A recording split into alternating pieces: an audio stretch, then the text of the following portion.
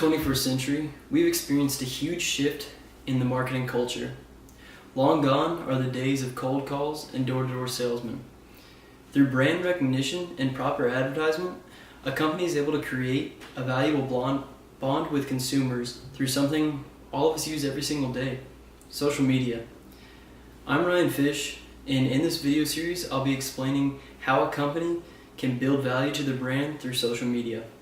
In this first video, I'll be discussing the broad topic of building a brand, which is one of the most important aspects of social media marketing. Without further ado, how to build a strong brand. Building a brand is so much more than a recognized name and a symbol. A brand is a feeling, something that people think of that evokes an emotion and reminds them of an experience, whether good or bad. A well-built brand has more than just high brand value, but has brand equity, which is the effect the brand name has on the consumer's perception of the market and the marketing used by that brand. When building a brand, there are four main subsections to developing a strong brand. Positioning.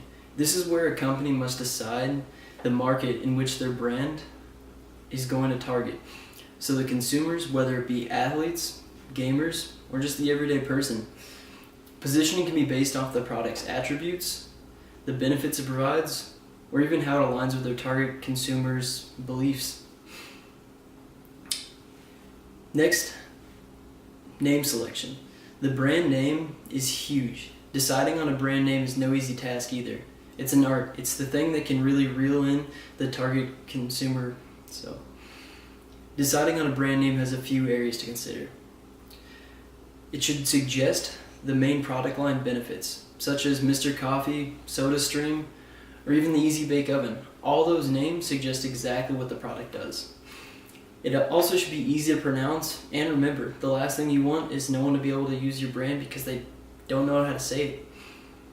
Next, it should be distinctive, something that is not easily confused with another brand.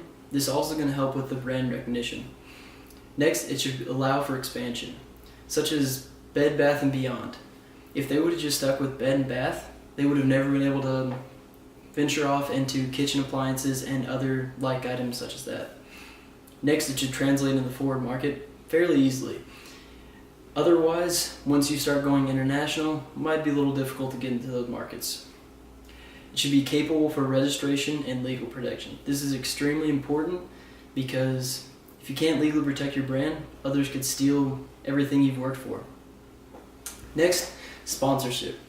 There are four options: national, private, licensing, and co-brand. National branding is when the manufacturer sells their own goods. These are things such as like Kellogg and Toyota.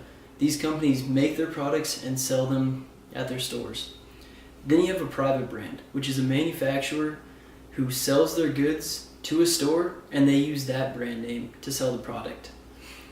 Then you have licensing, where a manufacturer is going to use an established name and they're going to sell the product through that. That way it cuts down on a lot of the groundwork of establishing a brand right off from the start. Next, you have co-branding, which is the combination of two different brands that are already established. One example of this is going to be when CrossFit and Reebok teamed up together to build each other's brand.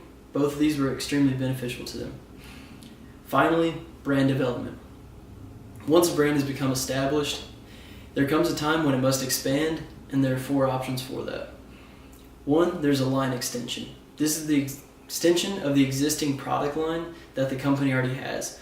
It could be something as simple as changing the color, changing a feature, or even changing a flavor. Next, you have brand extension. This is when the brand is going into a new field outside of their existing line. A really good example of this is when the health supplement company VPX took their energy drink market by storm with their new energy drink Bang. As we've all heard of, this company's really kind of took a dent out of Monster's sales, and this is one example of brand extension. Next, you have multi-branding. This is when a brand expands to a market under a completely different sub-brand. They still use the original brand to help market for that brand with their old name. However, it's going to be under an entirely different name. Then finally, you have a new brand, While the company still owns the new brand, they're not going to associate with that because they don't want the old brand kind of diminishing the new market. And this is going to be used when they're trying to target a new type of customer, such as millennials. They don't want to have something that's traditionally seen as more of a safe choice for millennials. In conclusion, building brand is one of the most important things to do for a new company. While building a strong brand presence isn't enough to keep a company alive, it is enough to get the foot in the door of the consumer, allowing to let the company's business practices and beliefs build a positive experience for the consumer. Then it can allow the company to grow into something extraordinary. In my next video, I'll be discussing product placement and advertisement, especially in social media. Until next time.